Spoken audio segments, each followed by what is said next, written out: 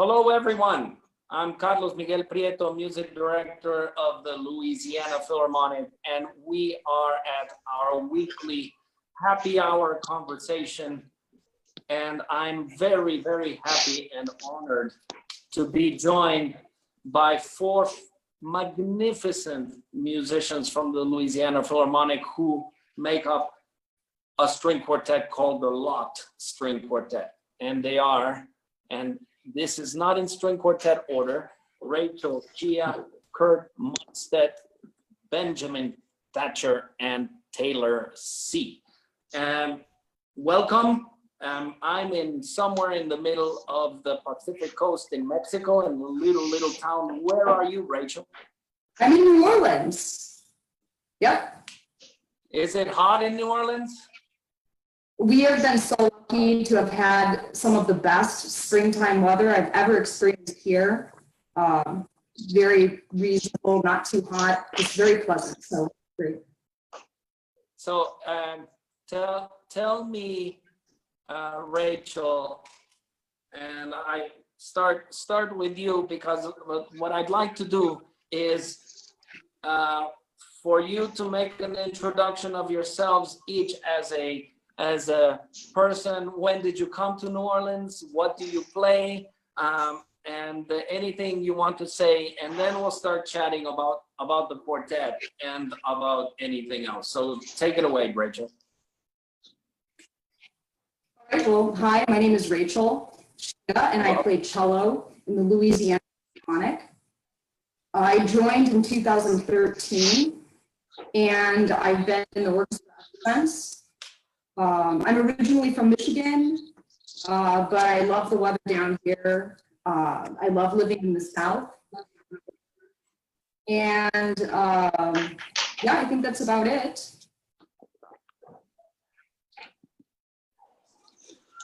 Okay, well, Kurt.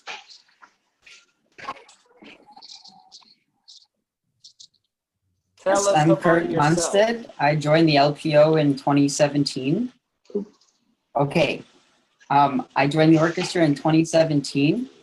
I live in the lower 7th ward, so I'm a downtown guy, and I love all of my colleagues, but I have the special opportunity to play with these guys in the Lott String Quartet, and that's one of my greatest joys in living in New Orleans, is playing music with my colleagues. Ben Thacher, tell us about yourself. That makes us all look bad.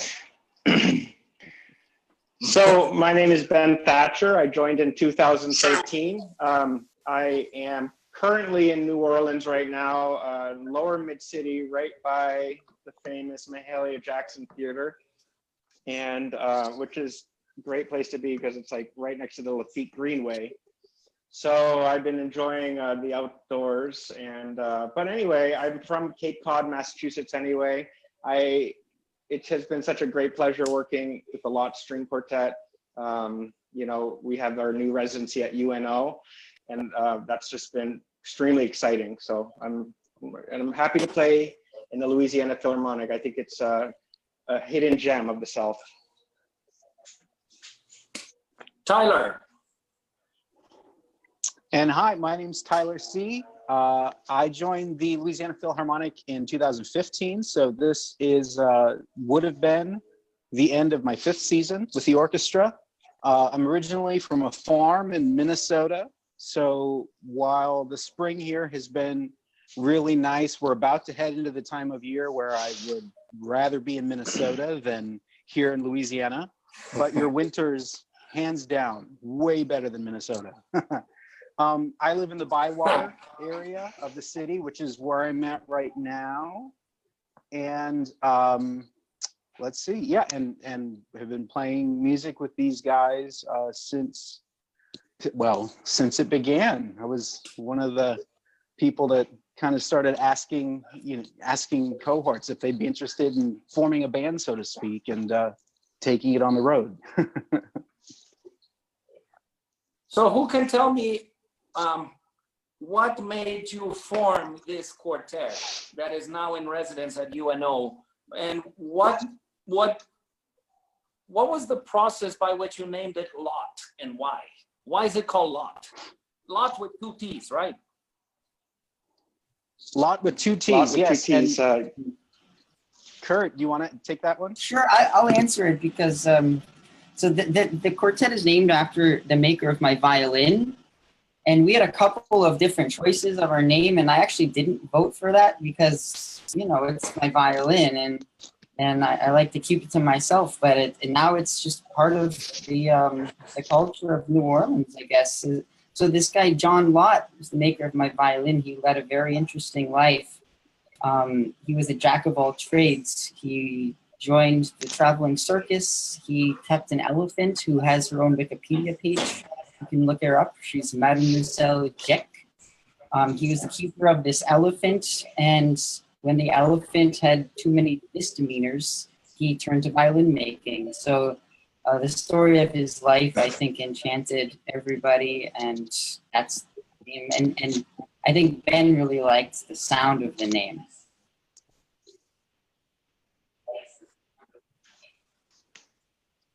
And Yeah, well, we had tell us a little another bit about option, Yeah. but what it's the just snappy, UNO but, and I don't know.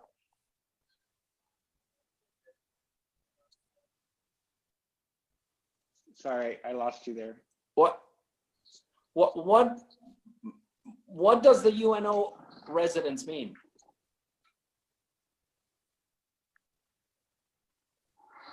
Oh, well, we Are you we're there? basically, we have a relationship Yeah. with UNO, which is primarily to help kind of act as musical ambassadors for this region. We have some recruiting efforts that we're doing, but mostly, well, I shouldn't say mostly, but I think a big part of what we're doing there is to try and help raise a standard for the whole Southeast that says classical music belongs here in New Orleans, and that there's a place, along with schools like Loyola and Tulane here in New Orleans, that you can come and study classical music. Do you find it tricky to be a group that plays classical music in a city that's mostly associated with music that's maybe jazz or any other kind? And how have you handled that? I'm sure you've done well, because I know you've done very well, but can you tell us a little bit about that? And also maybe tell us about whether you incorporate any of the music from New Orleans into your repertoire. I would like to say If first I could that jump in, I think that there's room for classical music. There's room for classical music wherever you go. And just because this may be a jazz-centered city historically, it doesn't mean there's not room for other types of music. Classical music is very important and universal, and there's always room for more artists and more musicians wherever you go. People have a hunger for good music, no matter what type it is. And do you, so Rachel, and I agree completely, but does that also mean that you could incorporate in the future into your repertoire works of local composers, or maybe even kinds of works that could have a different idiom? Are you considering that for the future of the Lott Quartet, Rachel? Certainly, our goal is to be very well-rounded and be able to play whatever type of music might come across our path. And we get inquiries all the time from composers sending us quartets to look at or to investigate. Some are local, some are, from other parts of the country, but we're open to everything. And we're relatively young, so, we're just beginning to scratch the surface of the traditional repertory, but, we're always growing. And yes, this is definitely something we're getting into. Well, I'll tell you a little bit something that has to do with my own background, because I actually started in music doing what you do when you're not playing in the orchestra, which is playing string quartet.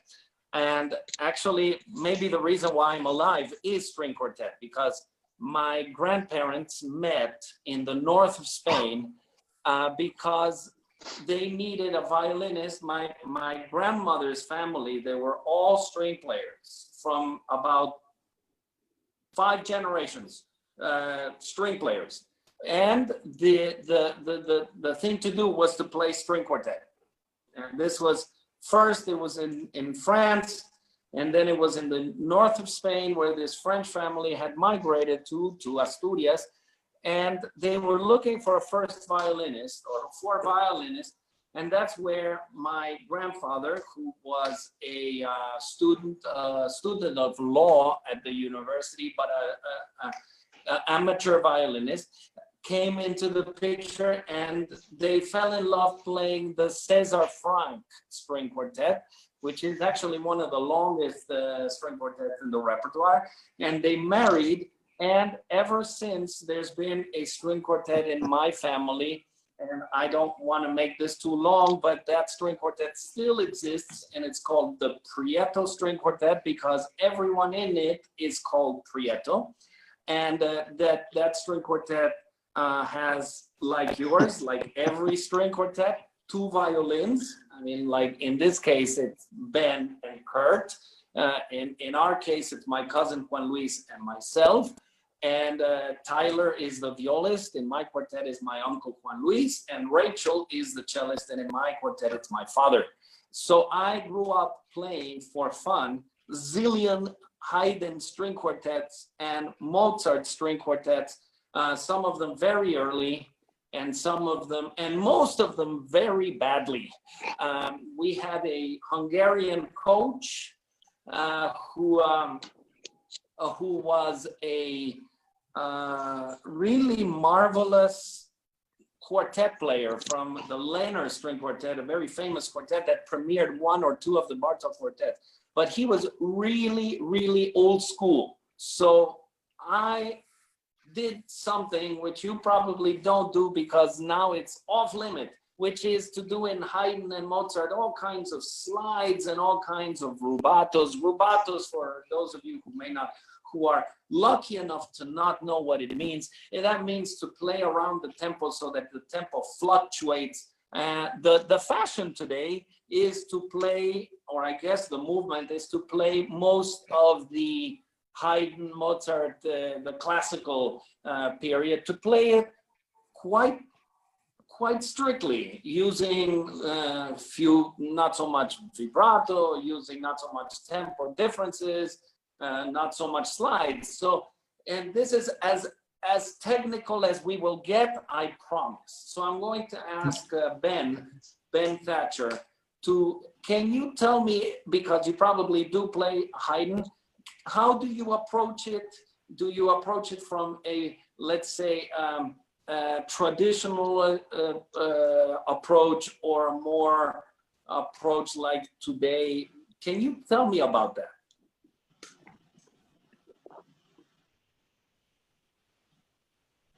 Oh, Ben, you're muted.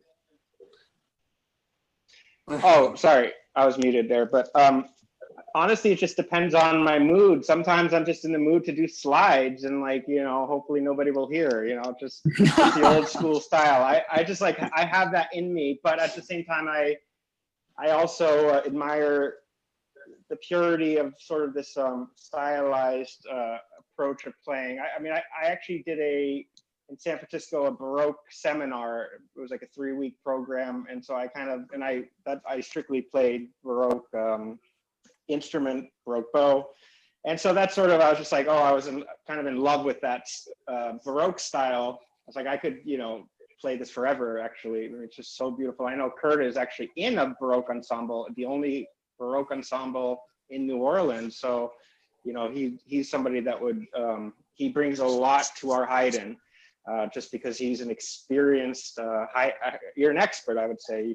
You know so much, and you have an actual instinct for that. So it's always great to play with Kurt in that sense. But I think we try to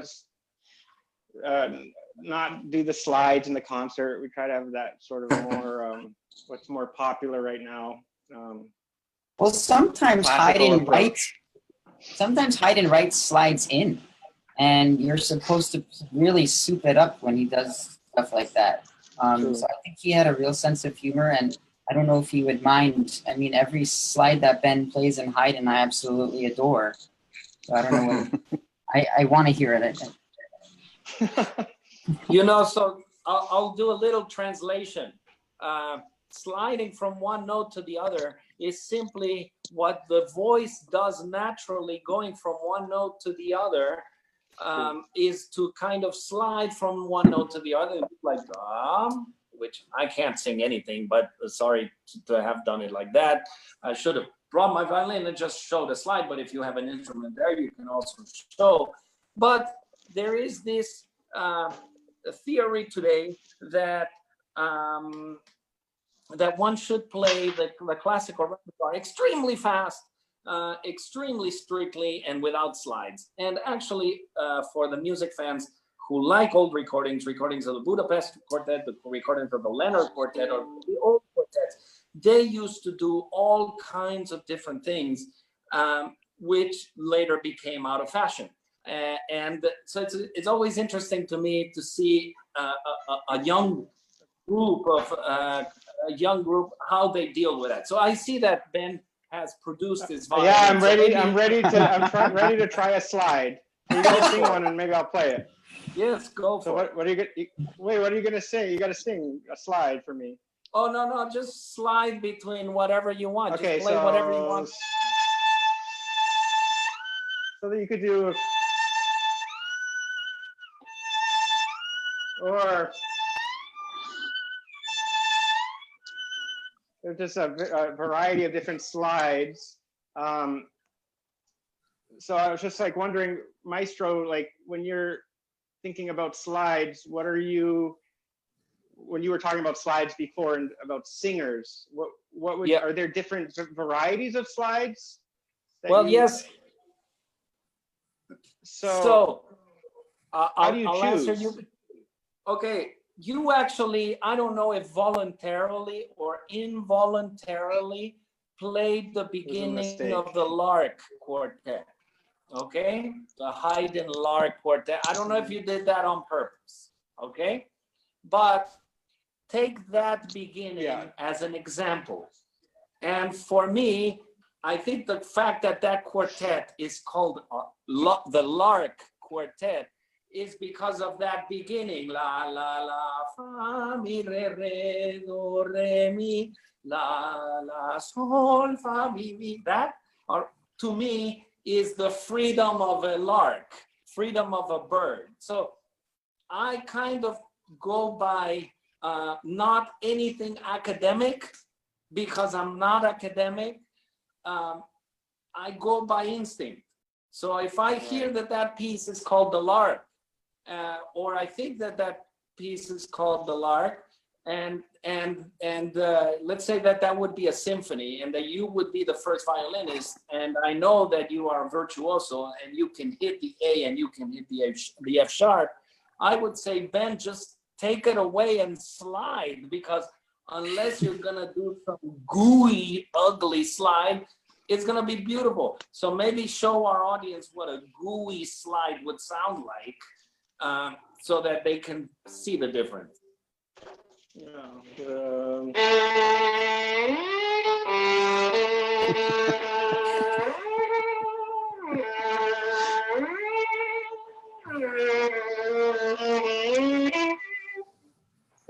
Okay, so that was amazing, and I'm, you know, it's, but you know, to those of us musicians, that sends us into a territory maybe of Russian romantic repertoire, but a little slide is probably Viennese, and that's, you know, Haydn lived near Vienna.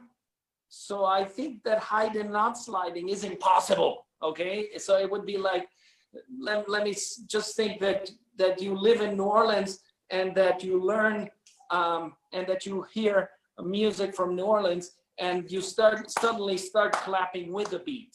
Well, if you spend any time in Florence, you're going to know that people are going to tell you that's wrong. So that kind of tradition, Haydn learned. Haydn knew what people expected in Vienna. Haydn knew what people expected in Budapest. Haydn knew what he expected among his patrons, who sometimes were nobility. So I think if you look at each one of his pieces as a different thing, maybe a different tradition, then you will go in a different direction. But I think that we've been working together long enough so that you know that I've never ever gotten angry about a slide, so that and because I think, and I'd like your opinion on this, Tyler, because my theory is that most music has some kind of origin in popular music, or in music that comes from the people, or comes from the land, or comes from what you learn as you are a kid. So in your case, because you have a really interesting background, and a part of your background is even military. So can you tell us about music in that context? Because I think you are one of the few people that I know that has played in a military ensemble. So how do you view music in that context, which if I'm thinking about instincts, it's probably very serious, but it's probably not. So how do you feel about music and this popular connection, and how do you connect it to your background?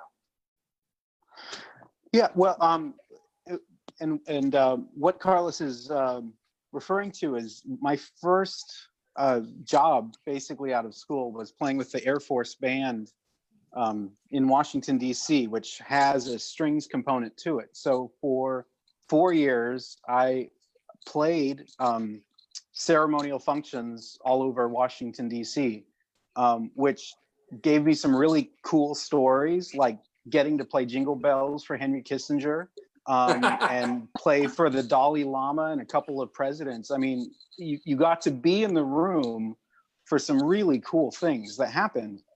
But it's funny that because the thread, because you're right when you say that music militarily has so much to do with ceremony and protocol in terms of funerals and ceremonies, and just boy, they are so good at putting on a show. But there's definitely a certain kind of music that fits the bill. There's a kind of mood and attitude that you need to hit for. If you're marching, for example, you're not gonna play a minuet. So for me, actually, the line that I've kind of been able to draw through my experiences so far is actually one that's kept me very close to the kind of music that I love to play, because the experience that I had in the military was very unique, but it was also not necessarily what I dreamed about doing. So that meant that when the opportunity came to make an exit, it was the right thing for me to do, because I wanted the opportunity to pursue playing more chamber music and playing more of the symphonic repertoire. All of those things that I'm now getting to do here with the LPO and with the quartet, that is much more fulfilling to me personally, which is, it was purely a personal choice, just in terms of whether that was a compatible fit for me, because I have many, many friends that are making lifelong careers out of those positions, and it's a really wild ride. But for me, I wanted to devote my effort and energy to playing Beethoven and Mozart and Haydn, which unfortunately you didn't really get to do that much of when you were in the Air Force. So when you were in the Air Force as a string player, were you also playing and marching at the same time? Well, you know what? The majority of what I did for the Air Force was strolling, or what we called strolling, which was basically we had a memorized catalog, and we would be released into a dining room, usually around dessert or cocktails, and we would play from this memorized set list. And those tunes were largely popular. They were largely, you know, tunes that the average member of the Air Force or the government would recognize.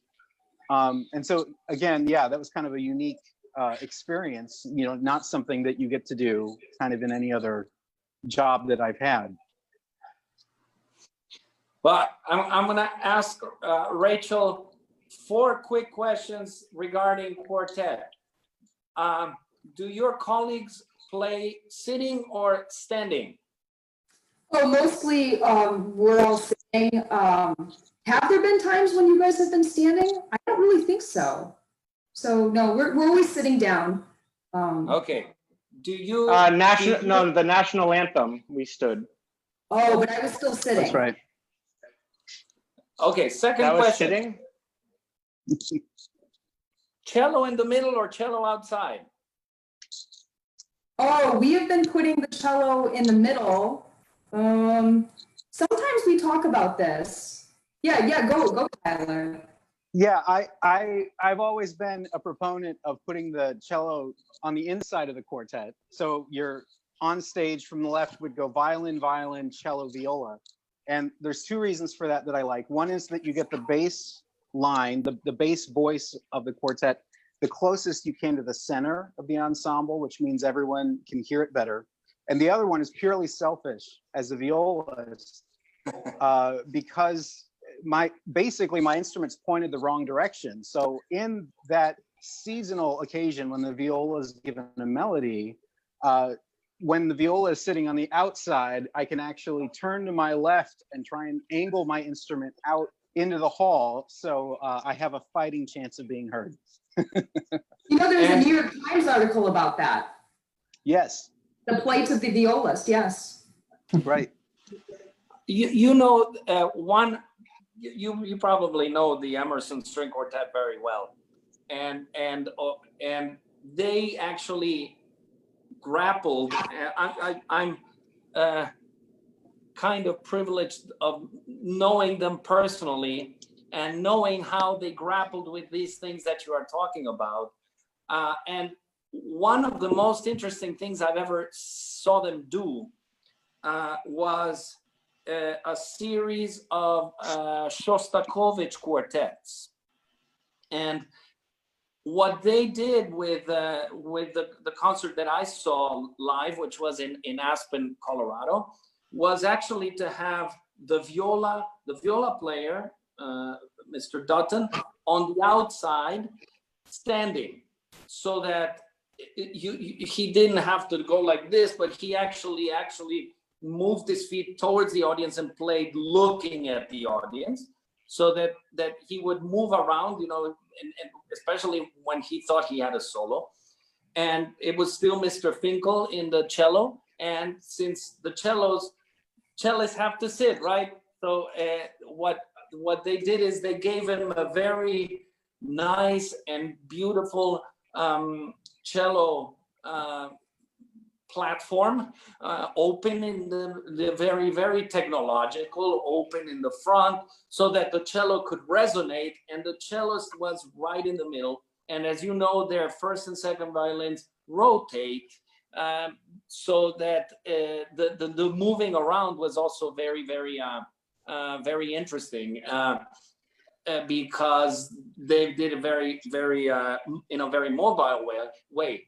They also did another thing which was very interesting, which they participated in Broadway in a play about late Shostakovich quartets. And that meant that they had to play, I believe it was the 15th quartet, Yes, from memory, because there was no light. They had to actually be playing in the dark. And I asked them what it felt like to play a piece like that from memory, and they said it was incredibly liberating. So I'd like to ask you, whoever wants to say, have you ever thought about playing a quartet or attempting to play a quartet in a different configuration as far as standing, as far as moving around, as far as playing it from memory, or even with iPads like people do now? Do you do any of these things? Well, can I say something? Yeah. So I went to this summer festival called the Heifetz Institute in New Hampshire, and there was a Daniel Heifetz, who was the director. He had a rule that everyone, including cellists, had to stand. So I remember like Tim Eddy was like playing standing, but it was really interesting. So I don't know. That was just an interesting experience. I personally find that for my playing, I am more liberated and free to because I have more space, you know. And I mean, I'm a big guy too, so when I'm in a chair, it's really kind of hard to find my place. But it's funny, with something that we haven't really tried, and I would think that would be a great, you know, something to try for us, see what it does. I think it does change the whole dynamic of the quartet, for better or for worse. But And I there's don't know something more about, intimate. Yeah. I don't know about Tyler and Ben, but we studied with members of the Cleveland Quartet who had pretty unorthodox rehearsal techniques. And one of these techniques that Mr. Soloff taught my group was turning the lights off, going to separate corners of the room, and good thing most rooms have 4 corners because there are 4 members of the group, facing the corner of the wall, playing from memory, and trying to get through the movement that way. And if you can do that, you're in a good group, you have a good relationship with your colleagues, and you know the music. And so that's a good way to test our chamber music skills. If we should probably do that. Well, you Can know something. Yeah. Now that you touch upon this, these skills are not only good skills. I think they initially, when we go back, they may be needed because I don't know if you've seen some of these videos going around, but I just got one today, which was really cool, but kind of tricky, which was a German orchestra attempting to play a Beethoven symphony with everyone scattered around the hall, meaning that nobody was really together, and the attempt was semi-successful. In other words, it looked like the orchestra, like most orchestras and like most chamber or groups, prefer to kind of sit together because you can hear each other.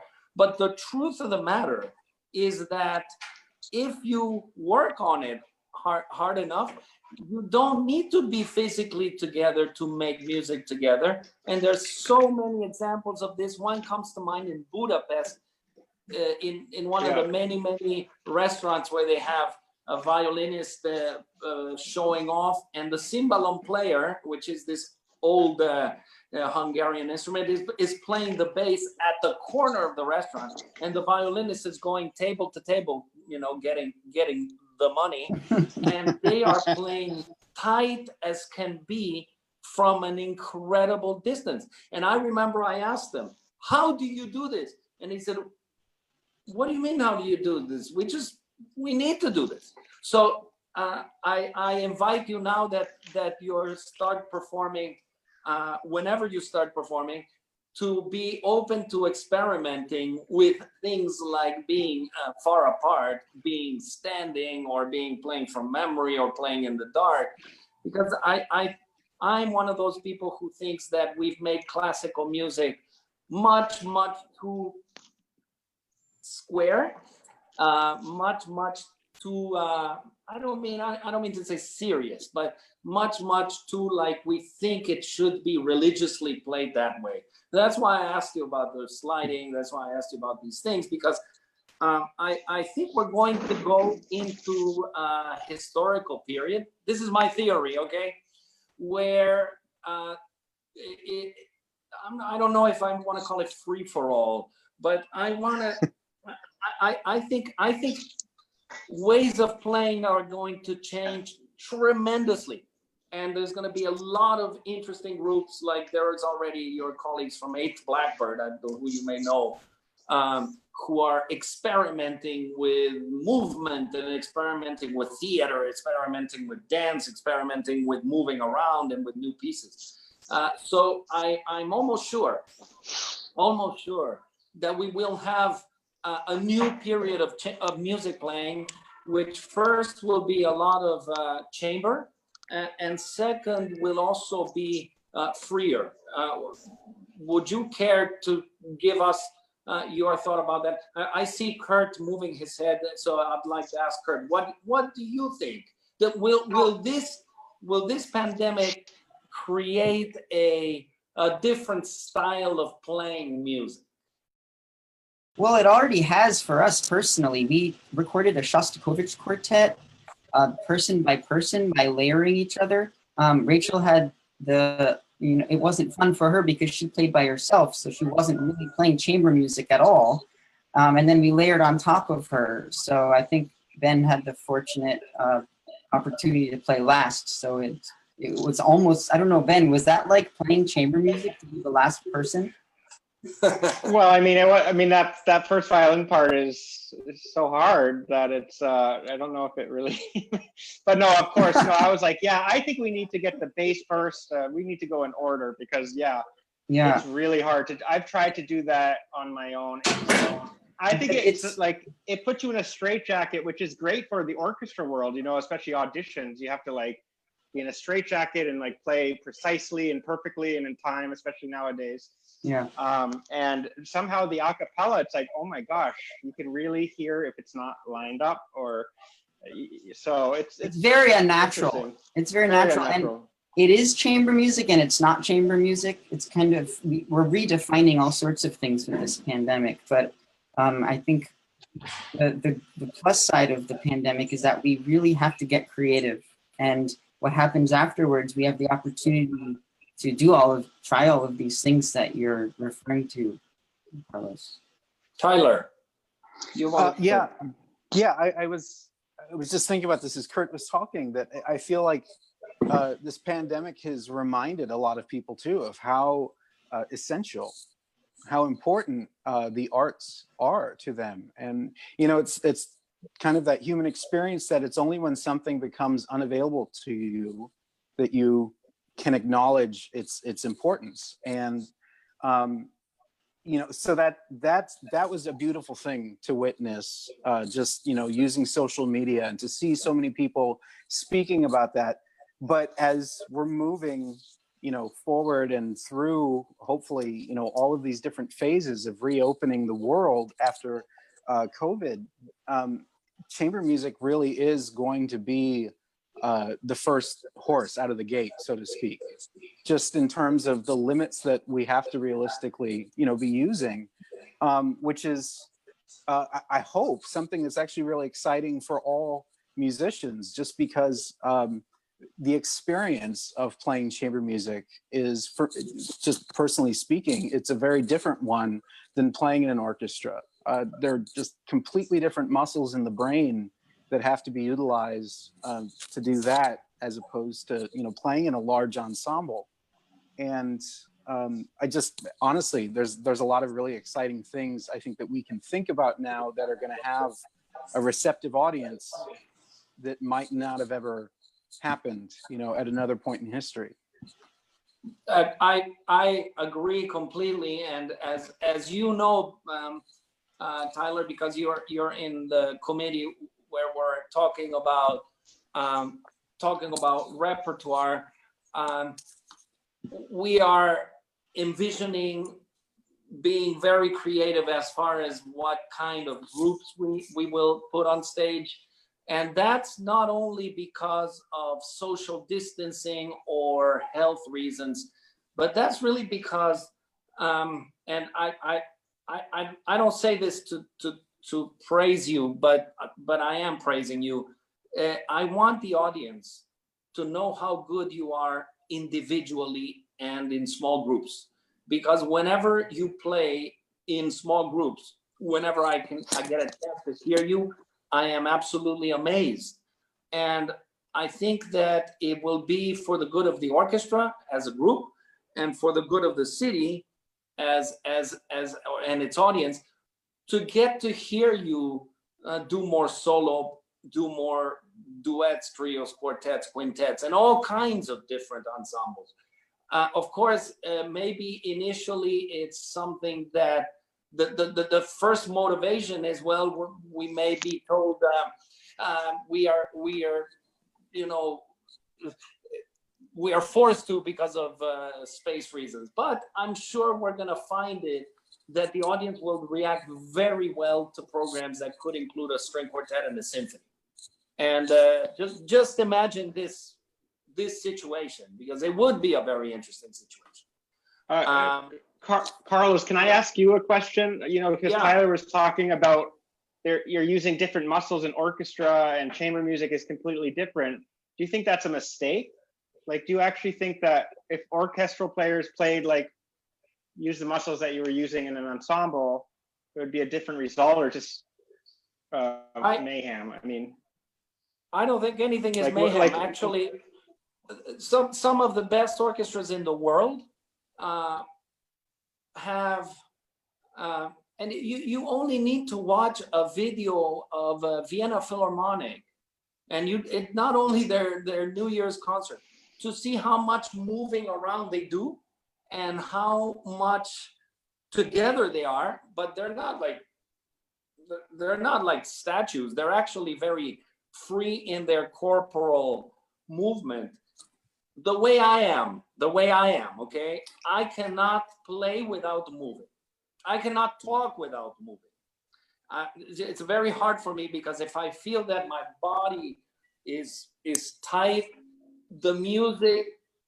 my body is tight when the music makes my body be tight, but not when the music doesn't. So I urge you, and I've always liked this, and whenever I work with young orchestras, I even encourage it, to really be free on stage. And I would never even get angry. I would completely the opposite. If somebody on a whim, a solo, a clarinet solo, trumpet solo, stands up and decides to play standing or decides to play walking around, it would make me liberate myself on stage, and it would make the audience actually go absolutely nuts, because not only are they not used to it, but the perception is that we should be these like soldiers, and that we should all dress the same and look the same and sound the same. Well, sound the same we should, but frankly speaking, and I'm not saying anything officially, but there's too much importance placed on uniformity of dress, on placement, on seriousness. And some of the most fun we've had in concerts have been where you are actually allowed to dress up and do funny things. And I'm amazed whenever we do that Halloween concert. The Louisiana Philharmonic is by far the most creative and the most wild orchestra. But what you cannot tell is how different it is for me, because suddenly, by having a mask and by being dressed up, suddenly you are individuals that say more. And I don't know why it is, but there is a natural shyness to orchestral playing, which is, in my mind, is unnecessary. And I think it's important. Tyler, I'll tell you a story, because you're the violist. But my first job was as a music director of the Jalapa Symphony. That was my second job. That was my first music directorship. The assistant principal viola, a sensational young violist, decided to paint his viola green. Okay, all right. So that orchestra has, like you do, like we do, an artistic commission. And the artistic commission came to me and I was much younger then, 20 years younger, okay, came to me and said, this is unacceptable. You must ask this person to get a different viola and to play with a viola that's not green. All right. Guess what? Like many times, I just went with my instinct and I said, no, this guy's a great viola player. This guy's a great voice. He has a green viola. So if I tell him your viola has to be brown, what happens if somebody brings a black cello or a too light violin? Or am I checking whether flute is gold or silver? Frankly speaking, I think we should get rid of all those things and make orchestras very much like real life, like we are as people. And guess what? Guess what? It used to be like that in Heidenstein. In Heidenstein, they would stop between movements, and if the audience would clap, they would bow. And if there's even a known case of audience asking a question, going so crazy during the slow movement of the clock symphony, the one that goes ding dong ding dong, that they actually repeated that movement. Do you imagine what happened? What would happen? Just place yourself in this position, okay? Not that I would ever get that chance, but place yourself in this position. I am guest conducting a very famous orchestra, and people clap between movements so much, and I tell that orchestra, let's repeat that movement. There would be a combination of anger, of how do we get this guy off stage quickly enough, and how does he even dare? Okay, yet Haydn did this. I'm not comparing myself to Haydn, but what have we done in 200 years that we don't really allow ourselves this kind of back and forth with the audience? In a quartet, you actually have that in a microcosm, and you can make decisions as a group that you cannot as an orchestra. So, but guess what? I think you can. And because, for example, I know you all of you in person, and I see that that you have different personalities. For example, Kurt, you seem to be a quite shy guy. Is that right? In circumstances, yeah. So what would happen if I told you, Kurt, in the middle of a piece, okay, just X piece, because this actually refers to a question that I just got from Kiran Angadi, who's a friend and who's a loyal supporter of the orchestra.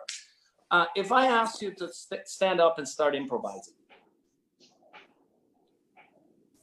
would you do it? I think it's based on the context. I mean, I've done that at the Roosevelt with Dave Anderson, and in that context, I'm free to do that just because I'm with my friends. But if you made me do that on the Orpheum stage, it might be a different story if I was wearing my tux. Well, let's analyze that answer, because I think that our audience is probably asking themselves, are they not among friends in the orchestra? And is the tux limiting Kurt's ability to be himself? So here's the deal. You know how bolero goes, right? It goes like this, tan, tagada-tan, tagada-tan, tan, tan, and you know how it is. So, wouldn't it be cool if somehow we got to the point of doing once, even if it's just in a rehearsal, bolero improvised, okay? So, whoever plays the drums probably needs to be steady. But I think it would be a great experience for you as a quartet or for us as an orchestra to learn to improvise so that we can make a piece as we go along, which is what your colleagues, you just talk about Dave Anderson. So Dave Anderson is a fun, fabulous musician. Okay, so what does Dave Anderson have that the OPO doesn't in order to make Kurt improvise? So is it the tucks It's the or is funk. it the huh? It's the funk. The funk. Yeah. So how do we provide the funk? Yeah, funk. The thing about funk is it's contagious, and because he has so much of it, actually Gabe was the person to improvise before me, so he kind of caught the bug, and then it was starting to circulate. So it just needs to, it needs to be passed on from one person to the next in a way that doesn't feel like, you're on the spot. You better prove yourself and prove all of the years at Juilliard that you're studying, Like Also, a couple of shots of vodka really can help. Really, Well, seriously. on that topic, and I don't want this to turn into like a thing about whether you should drink before you play or something. But I think it is important to know the following, and this is a question that I'm going to ask each one of you. So you already told us, Kurt, that you've improvised. Is this something that you knew how to do at Juilliard? Oh, I didn't go to Juilliard, but I went to CIM, and actually they CIM. teach improv at CIM. They had a class on improv, and I took it just out of a whim to just try it. And it's incredibly hard to do after not improvising your whole life. But it's important to try to do it, because I think you learn a lot about yourself if you try to improvise. How about you, Rachel? Do you improvise? Actually, in January, I played in a concert with Jason Marsalis and Alexandre Augusto, and I showed up. Their cellist had canceled, and they said, "Well, you're going to have to improvise." And I said, "Oh, I've never done this before." And I said, "What can I do?" And they said, "Well, there's some charts online." I'm like, "I don't know how to read these," but I just stuck it out, and I did my best, and everything worked well. Like Kurt, I studied improvisation in undergrad. I took jazz theory 1 and 2. And it's a completely different language. And it takes many years of practicing that other language before you're fluent in it. And I haven't really reached proficient levels. But yeah, it's something very fun to do. One evening last year, Kurt and Ben came over to my house. We were just having a jam. We were doing some Schubert trios, having fun. And I left the room to, get some chips or something. When I came back, there's this cacophony, and the two of them were shredding and improvising, and it was crazy. It was so difficult what they were doing, and they were playing back and forth with each other. And it was one of the most incredible things I've ever seen, ever. Just spontaneous, both of them together. So. And how about you, Tyler? I also went to CIM, and it must have been in a different era, because I don't recall an improvisation class, and which may have been there. I just didn't sign up for it stupidly, because I think I'm behind the curve on this one compared to my colleagues, because I'm a terrible improviser. But it's funny, because hanging out in the city, it's hard not to pick up on some of the just some of the trends and the way people think. I mean, take a walk down Frenchman Street, and you're just going to hear mind-bendingly good people playing any kind of instrument and just going for it. And it's been really fun seeing the freedom, like you were talking about, Carlos, like the freedom that musicians have when maybe they're not so tied to the notes on the page, and it's more just about the expression and what's going to happen in the moment. This has been a great place to kind of be a student of that, but I'm very much a student still. By the way, Rachel, Val Gross says hi, and she says that you were wonderful in that concert. Oh yeah, just send it. Very, very wonderful, and she is such a supportive and wonderful person, and a great asset to the orchestra. All right, so Ben Thacher, do you improvise? Honestly, I was kind of joking about the liquor, but there is some, and I don't I'm not like a big drinker, but there is some truth to that with me.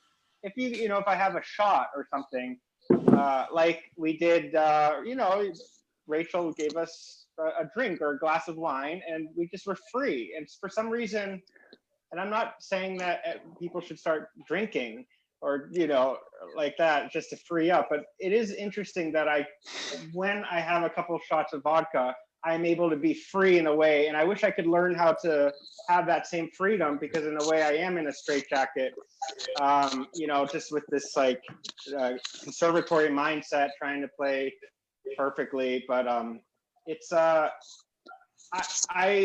would love to grow. I mean, I've never taken any class, and in a way I don't even know if that's like, feels like once you take a class, it's like you're already not improvising in a strange way, because you're like learning how to do it. But I do feel like some of my best performances are improvising, like when I'm actually playing the music and I feel like I'm improvising the music that's actually written. Maybe that's like a cheap escape, but I definitely feel when I'm just being spontaneous and sort of inventing as I'm performing, that's when I'm at my best. That's how I feel. So that's my.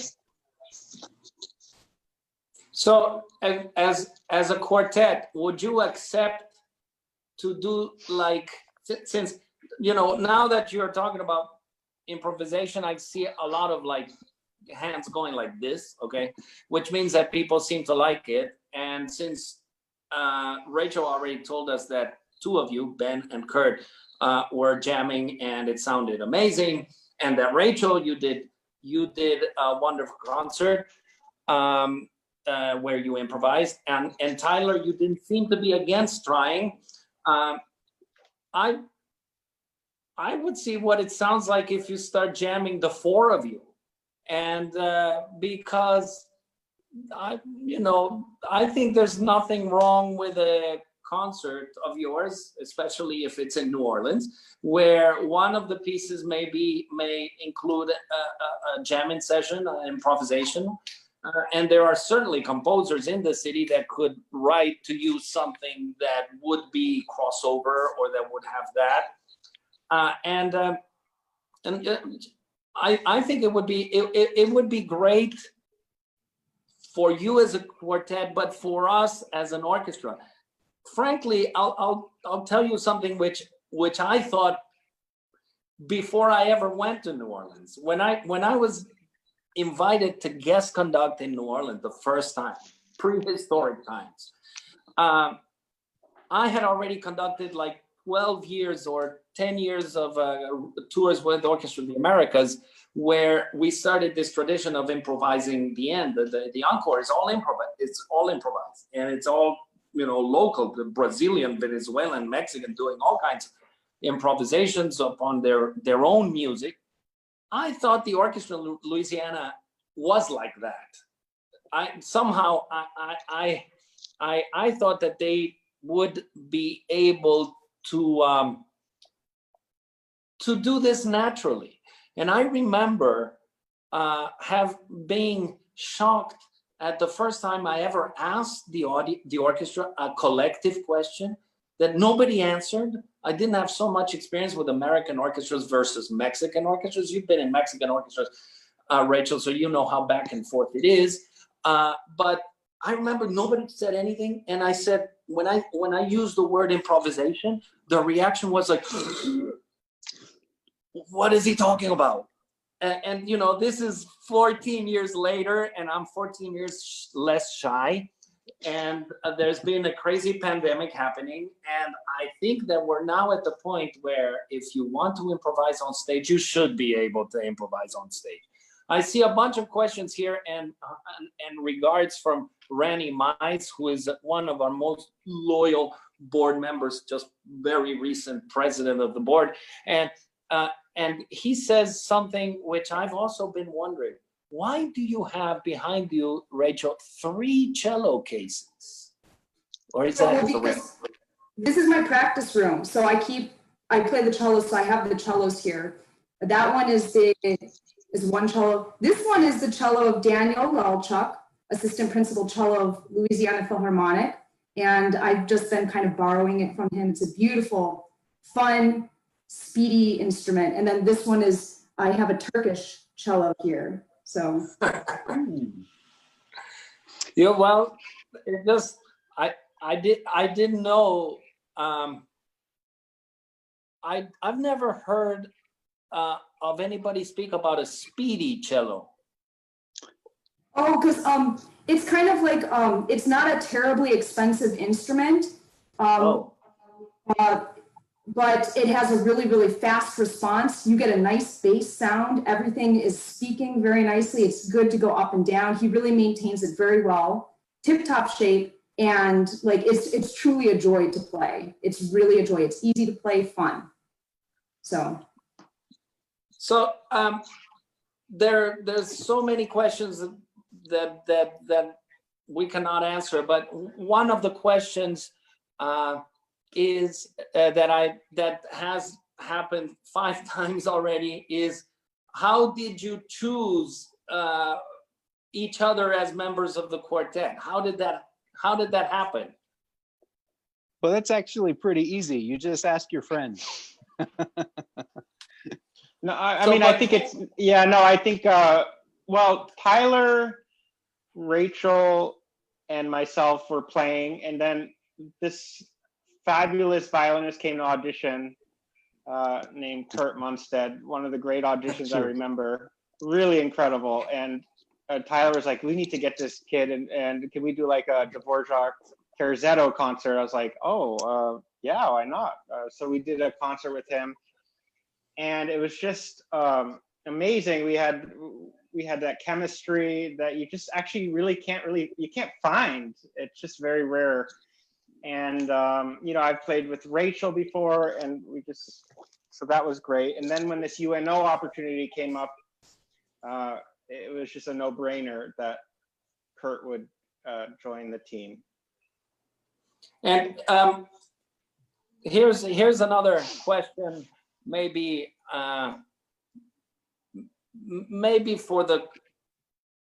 for any one of you. When you introduced yourselves, you actually spoke about something I marked in big letters because 2 of you spoke about it, and it's this idea that you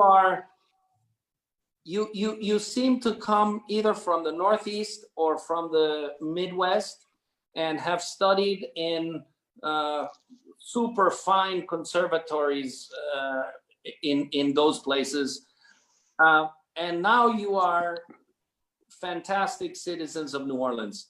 And the 2 of you spoke about the word happy to be in the South, and 2 of you spoke about New Orleans as a city. So tell us, maybe Rachel, start. Tell us about what is it so different about New Orleans.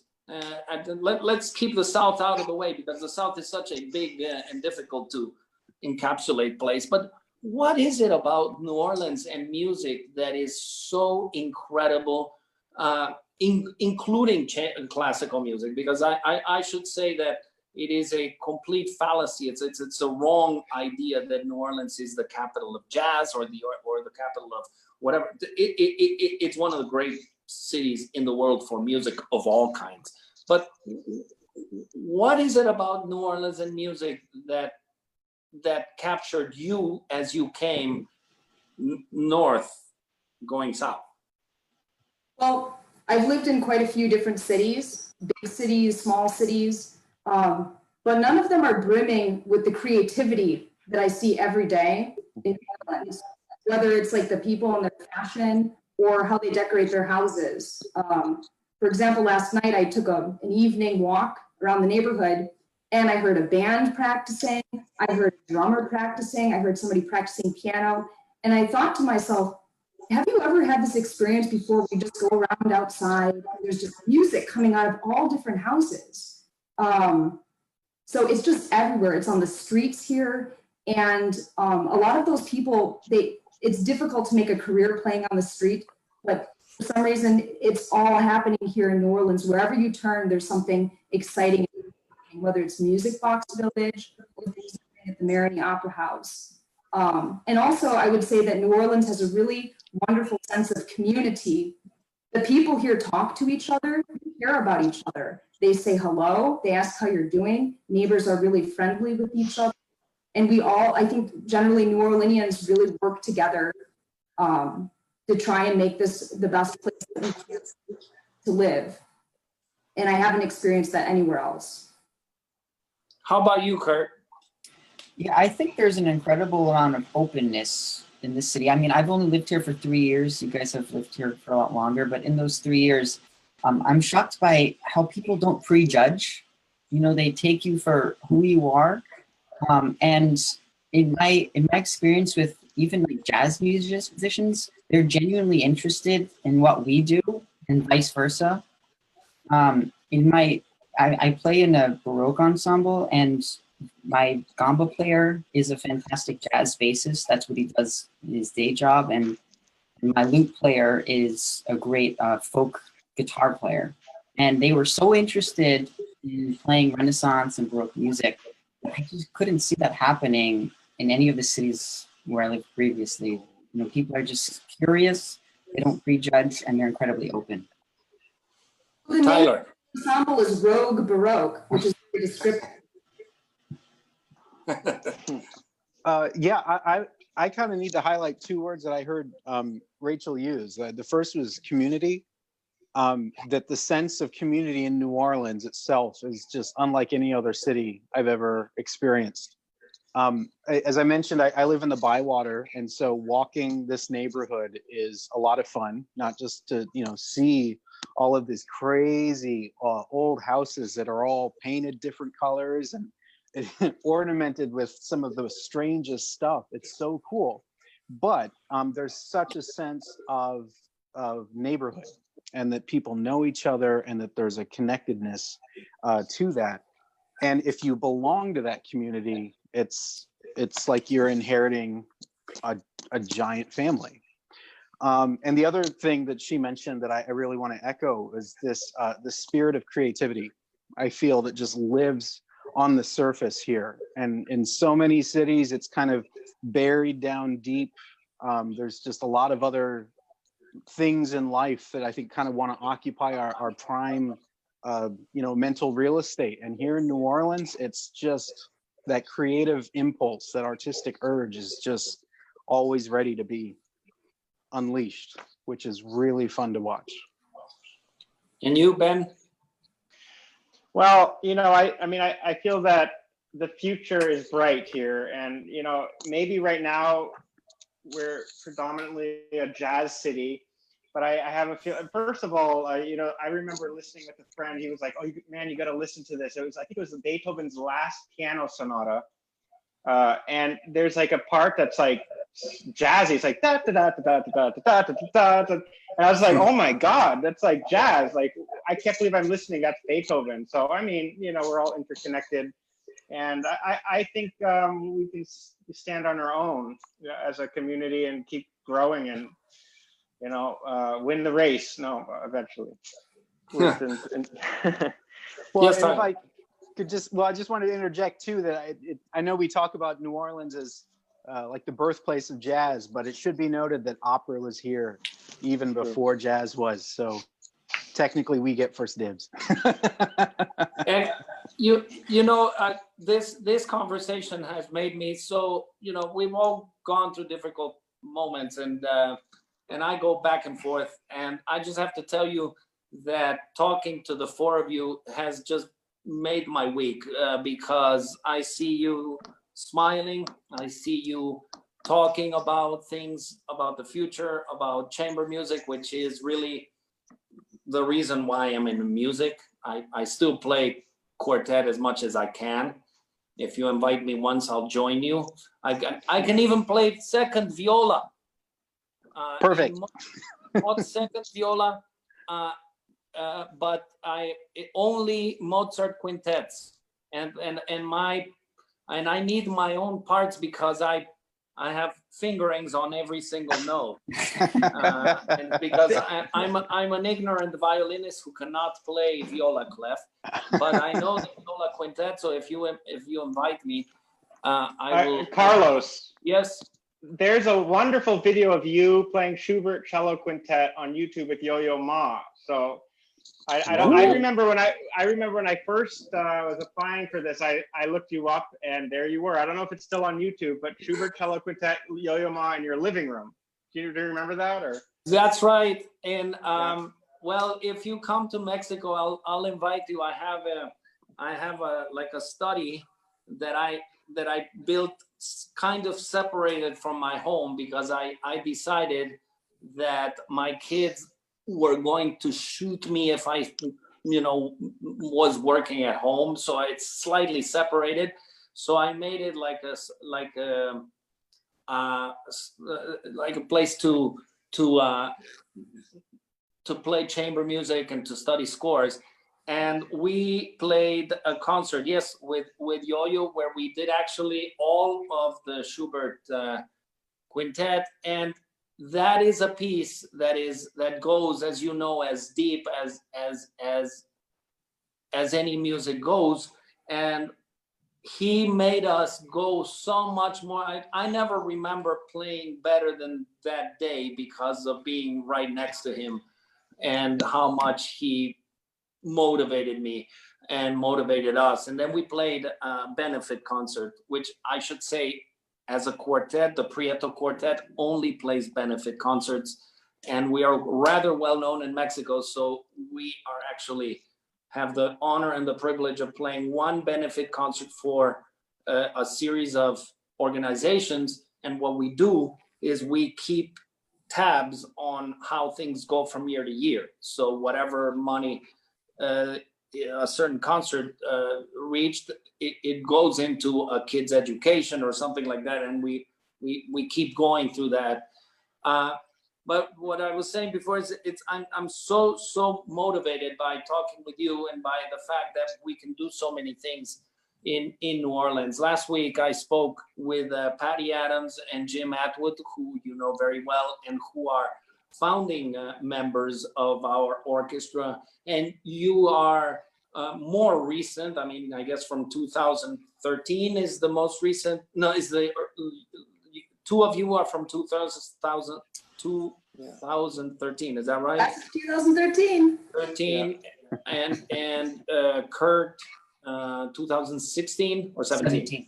17. So you are relatively recent memories, yet in such a fast time you have captured New Orleans, and that this says how important this orchestra is for the city, but also how important the city is for us as people.